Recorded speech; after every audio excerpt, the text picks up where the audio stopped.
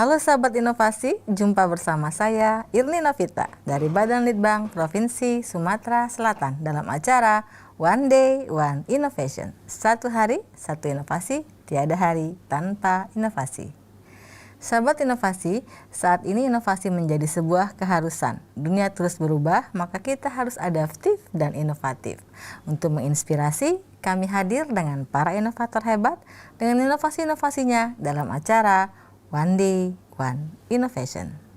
Sobat inovasi, kopi sepertinya sudah menjadi hal yang biasa bagi orang-orang penikmat kopi. Artinya mereka biasa minum kopi pagi hari, siang hari, malam hari, tergantung keinginan dan juga mungkin tergantung keperluan gitu. Artinya orang-orang yang mungkin sering bergadang malam sering juga minum kopi.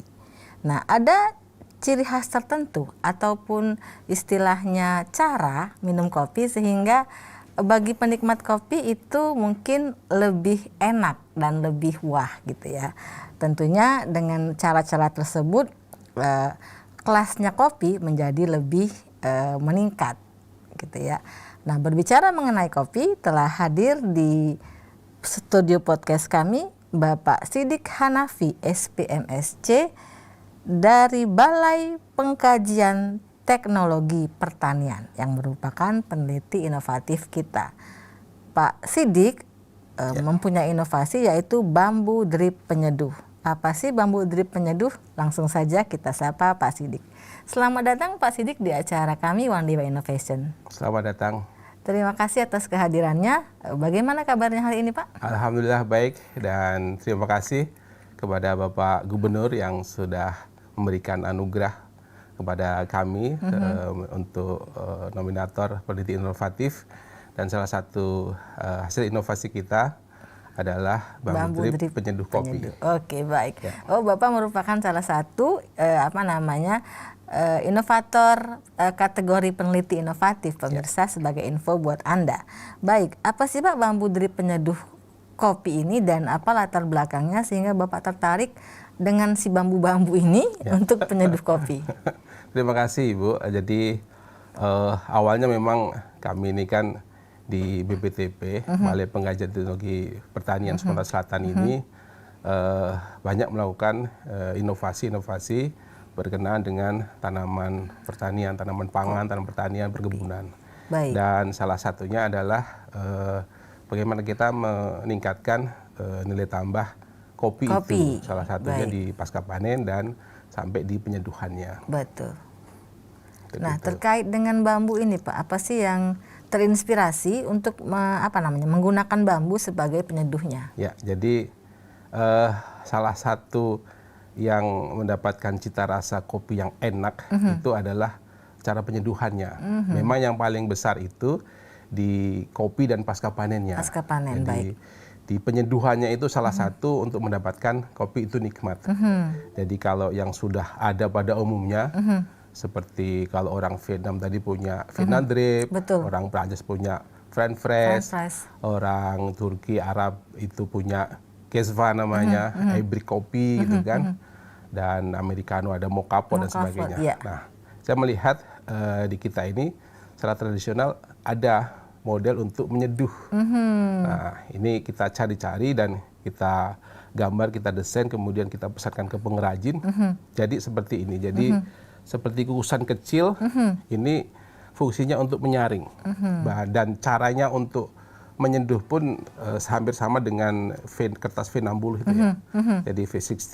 Jadi cara penyeduhan seperti itu. Dan hasil seduhannya pun juga tidak kalah dengan cita rasanya, itu tidak kalah dengan seduhan-seduhan dengan alat yang lain gitu kan. Dan gitu ini menarik untuk dipopulerkan gitu kan.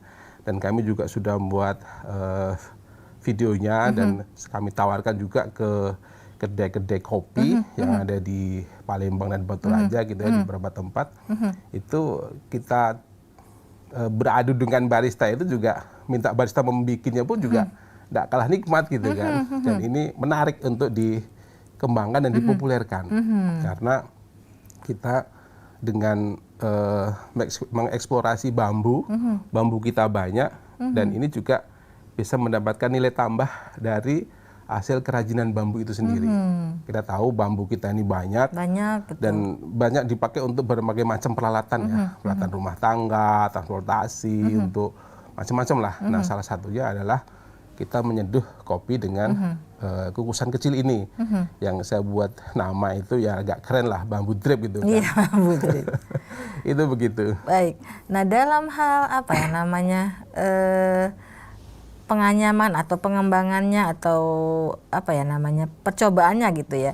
Itu sampai mendapatkan bentuk yang seperti ini tuh sampai berapa lama gitu Pak? Sampai oh ini loh yang cocok tuh berapa kali berapa gitu supaya dia pas untuk satu ini. Sebenarnya ini terinspirasi juga dari alat-alat yang lain ya. Jadi mengacu ke alat-alat seduh yang sudah ada. Karena memang kayak Vietnam Dre, kemudian V60 itu kan segitulah untuk mendapatkan standarnya, sehingga ukurannya pun saya menyesuaikan gitu sehingga tidak terlalu besar, tidak terlalu kecil gitu kan, dan anyamannya pun juga rapet sehingga proses saringnya itu dia air panas ketika terjadi brewing, ekstraksi kopi itu bisa mendapatkan tetesan-tetesan yang itu juga tidak kalah dengan tetesan-tetesan misalnya Vietnam Dre, kemudian V60 itu hampir mirip lah, sehingga gitu ya. Yang kita cita rasanya tuh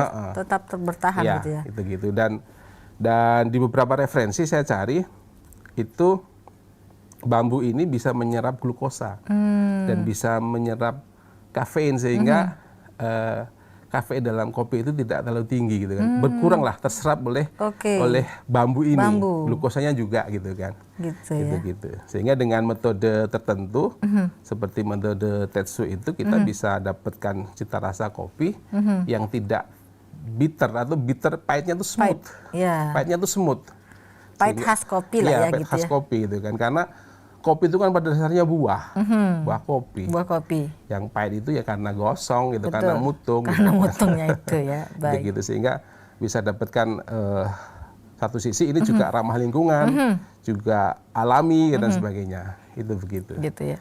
Nah, dalam hal apa namanya ya, penyaringannya gitu ya. Maksudnya prosesnya bagaimana sih dari dia roasted bean sampai mendapatkan hasil yang langsung disiap diminum? Oke. Jadi kita sudah mendapatkan misalnya kopi roast bean ya, kopi gelodongan yang sudah di roasting itu namanya roast bean. Kemudian kita green, kita bubuk. Tingkatnya di situ biasanya kalau grinder itu sudah ada tingkatannya yang korsa khusus untuk kopi saring. Untuk ini berapa nih? Ini tingkatnya? Sekitar 2 sampai 3 lah. Biasanya ada yang 2,5, ada yang 3 zestnya itu ya. Sehingga mendapatkan kopi nggak terlalu fine. Jadi kalau kopinya terlalu halus nanti ampasnya terbawa gitu ya, kan, ikutan gitu. juga, betul. Sehingga agak kasar, kemudian seperti ini dan pakai teko yang air panas ya, itu ya, dengan metode sama lah, metodenya dengan kayak seperti penyaringan V60 itu. Ya. Jadi bisa, kalau tadi ada yang mode tes itu belum yang pertama 40, 50 dan bertahap gitu ya, sehingga dia dapat netes dan kalaupun tidak pakai kertas saring pun, V60 pun minim ampas, gitu. Sehingga lebih dapat lebih clean gitu ya. Kemudian ampasnya tersaring lah gitu juga bagus, kental gitu ya, body kopinya itu kental gitu kan. Sehingga rasanya pun juga tidak kalah nikmat dari alat-alat seduh yang lain gitu kan. Begitu. Jadi dia ada kayak perlakuan khusus gitu ya, istilahnya, sehingga dia mendapatkan benar-benar kopi yang clean ya, tidak terlalu banyak ampas istilahnya gitu. Minim ampas gitu kan. Minim ampas, baik. Bahkan nggak ada ampasnya. Dan bodinya juga kental gitu kan, gitu. Tetap kental bodinya. Karena masyarakat kita kan sudah mewarisi bahwa kopi itu hitam, kental, pahit gitu kan. Iya, betul. Sudah ada image begitu ya. Iya, kita harus mendekati kebiasaan masyarakat, tapi kita menghadirkan begini loh cita rasa kopi itu gitu kan. Betul. Tidak melulu pahit gitu kan. Pahitnya smooth, muncul ada rasa citrun Medan, kemudian kalau agak dingin ada citrun ada asam apple gitu kan. Betul. Jadi kayak begitu.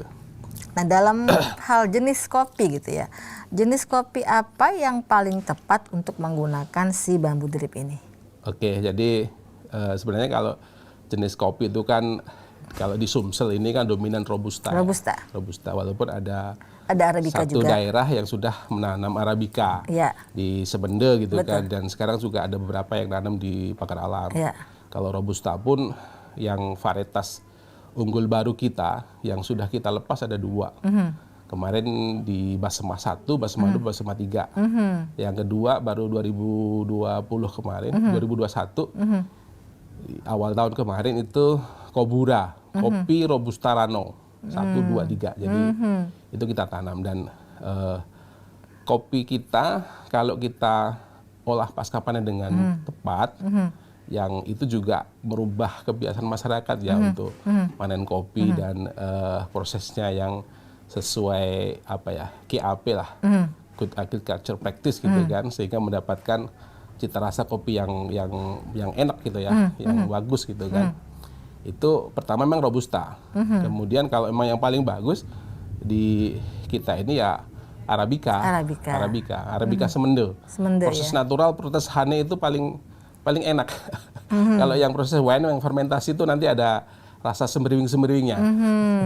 Kalau yang memang agak murah karena faktor apa ya, masyarakat kita itu kan pengen cepet wash itu kan, panen pecah kulit langsung dicuci, jemur, misalnya kan begitu. Itu cocok di situ ya? Iya. Dan satu sisi Bu, ini saya sebut sebagai artefak culture. Jadi barang ini adalah artefak culture. Dan gagasan membuat ini, mempopulerkan ini adalah knowledge culture. Gitu kan. Saya ingin menyampaikan itu. Kemudian bagaimana penikmat kopi minum dengan bamboo drip penyeduh kopi ini behavior culture. Jadi back to culture, gitu ya istilahnya ya. Semuanya karena ini merupakan apa ya namanya, lokal ya, local wisdom. Artinya kita mengupayakan dan apa namanya, menggunakan produk-produk lokal kita yang ramah lingkungan. Betul. Dan juga meningkatkan atau memberikan nilai tambah. Ya, gitu satu sisi itu Bu. Jadi orang kecenderungan juga back to nature tadi, kembali ke alam, kemudian ini juga tradisional ya, local wisdom, bagaimana kita mengangkat potensi alam kita, gitu kan, dan ini melimpah.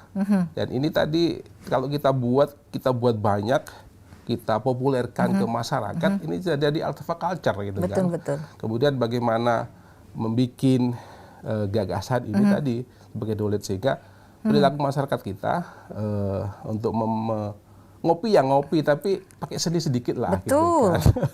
Artinya jadi meningkatkan hal begini ya, gaya hidup. Iya. Bambu masuk kafe gitu ya, bambu masuk kafe. Sehingga gitu nilai tambah per unitnya juga lebih tinggi dibanding dibikin alat yang lain, gitu kan. Gitu begitu. Nah ini by the way berapa Pak ini harganya Pak kalau dijual atau apa? Ini kalau pesan di pengrajin kan 10.000 ya, dijual 15-20 sudah bisa gitu kan. Ini bahkan kalau kita bikin sendiri pun juga bisa. Sudah jual di pasaran belum gitu ya? Sudah, beberapa kedai sudah make gitu ya. Dan sudah ketika jual kopi itu bonusnya ini gitu kan. Cara bikinnya begini loh, itu kan. Dan ini udah apa ya namanya, barista-barista di Palembang sekitarnya udah pada tahu sudah gitu ya? Beberapa sudah tahu gitu kan. Nanti perlahan kita, makanya perlu kita promosikan gitu kan. Jadi perlulah nanti suatu saat misalnya kita buat festival kopi gitu kan, ini dimasukkan sebagai kategori. Betul. Ada kategori misalnya dengan bambu, dengan Vietnam drip, dengan apa. Nah ini kategorinya bisa dimasukkan juga sehingga lebih populer gitu kan, mempopulerkan alat tradisional yang bisa dipakai untuk menyeduh kopi yang itu tidak kalah nikmat, tidak kan kalah begitu. Nikmatnya gitu ya. Nah dalam hal ini ya cita rasa gitu ya, kalau nggak, kan kita itu kalau kopi katanya biar ada manis-manisnya gitu pakai gula gitu ya. Ini kalau pakai disaring dengan bambu drip ini harus pakai gula lagi atau masih tetap, atau cukup ini aja udah nggak masalah gitu? Sebenarnya kalau itu tergantung gimana taste ya. Jadi kita ini sudah mewarisi dosa bahwa kopi itu harus hitam, pahit, betul dan kental. Dan kental. Sementara dunia sudah menisbahkan bahwa Indonesia itu surganya kopi. Betul, banyak sekali bermacam Gitu. kopi gitu Nah, ya. sebenarnya minum kopi itu yang sehat, tidak memakai No gula. sugar, betul. No sugar. Kalaupun harus pakai gula aren. Nah, Di lokal kita juga punya. Iya. Di salah satu kabupaten kita di Oku Selatan, di Rano itu Ada gula juga Ranau produksi, Pulau ya, betul. Gula aren, sehingga Gula aren Ranau. saya selalu menyarankan ke penikmat, pencinta dan penggemar kopi itu, kalau belum bisa minum yang kopi tanpa gula, kok pakai gula aren. Gitu. Kalaupun belajar minum kopi yang tanpa gula pun, saya sarankan yang Arabica. Karena Arabica tidak terlalu pahit gitu ya. Pahitnya smooth, aftertaste-nya clean. Jadi setelah kita minum, pahitnya itu cepat hilang. Cepat hilang. Gitu. Lain kalau itu ya. Dan setelah beberapa kali minum itu lebih smooth dan rasa pahit itu tidak dominan. Gitu. Nah, dalam hal pengembangannya Pak, pertama kali sampai sekarang gitu ya, apakah ada kendala gitu ya? Dalam hal mungkin pengembangan atau mempopulerkan, atau ketika sama-sama penikmat kopi gitu, ada nggak kendala-kendala ataupun adakah masukan dari mereka? Ada, jadi beberapa masukan itu perlu dibuat beberapa variasi ya. Apakah lebar anyamannya ini bagus yang lebar, apa bagus yang lebih padat gitu kan, sehingga nanti mempengaruhi menetesnya. Kalau dia lambat netes kan, ekstraksinya dia lebih lama. Lebih lama di situ ya, endapannya itu lebih kental. Itu gitu. Ada juga, tolong dong diukur tuh netesnya lebih cepat mana dengan dengan yang pakai dengan kertas ya? V60 misalnya kan gitu.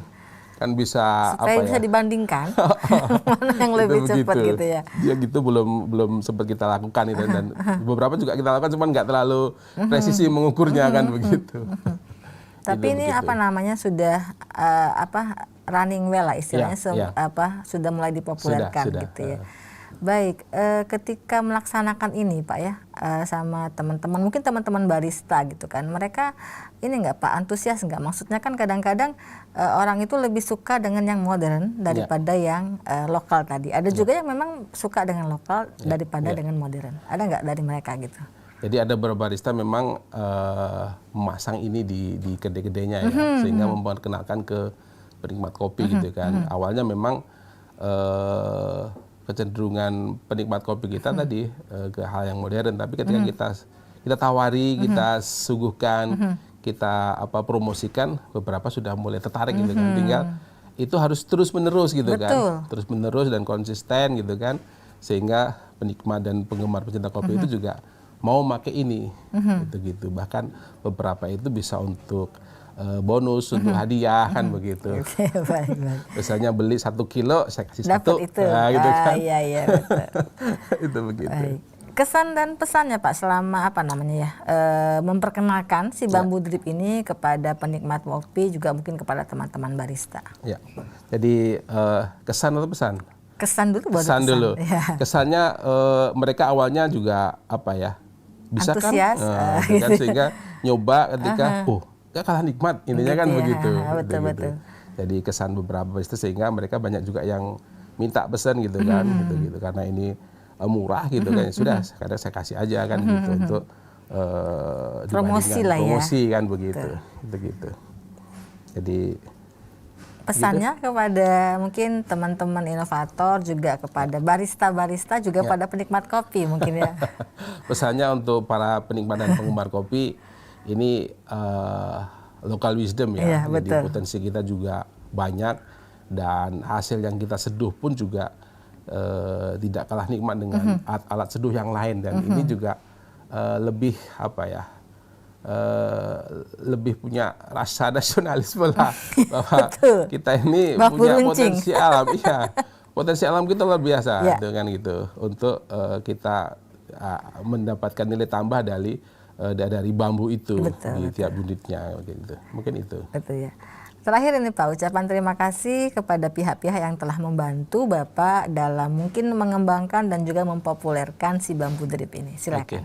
Terima kasih pada teman-teman, khususnya peneliti di BPTP, Balai Pengajian Teknik Pertanian, dan juga teman-teman semuanya, dan juga pengrajin dan petani mitra binaan kita kopi di Kabupaten Oku Selatan, di Ranau, di Sidodadi, di Pulau Beringin, kemudian di Semende, di Sigamet, kemudian di Bagar Alam, dan beberapa petani yang lain, dan juga di Kedai Kopi Ulu di Batu Raja yang menjadi tempat untuk buat promo, mempromosikan ke penikmat dan pecinta kopi, sehingga perlahan-lahan para penikmat dan pecinta kopi itu tahu dan mencicipi dan menikmati hasil dari seduh dari bambu drip ini. Terima kasih. Baik, terima kasih atas kehadiran Bapak Sidik Hanafi SPMSC dengan inovasinya bambu drip penyeduh. Mudah-mudahan bambu drip ini goes to cafe lebih meluas lagi, artinya goes to nasional dan ke internasional, sehingga bambu ini bisa naik kelas kalau orang Palembang bilang gitu ya. Jangan lupa juga bahwa kopi juga merupakan salah satu komoditi dari Sumatera Selatan. Jadi dengan adanya kopi dan bambu berdua ini bisa menjadikan duet membawa nama Sumatera Selatan ke kancah internasional. Untuk informasi lebih lanjut dapat memberikan komentar di podcast kami One Day One Innovation. Jangan lupa like and subscribe. Kita juga punya jurus 4S. Setiap orang adalah inovator, setiap masalah peluang inovasi, setiap solusi harus sinergi, dan setiap inovasi harus konkret hasilnya. Jangan lupa mengikuti podcast kami. Sampai jumpa pada podcast kami selanjutnya. Salam inovasi.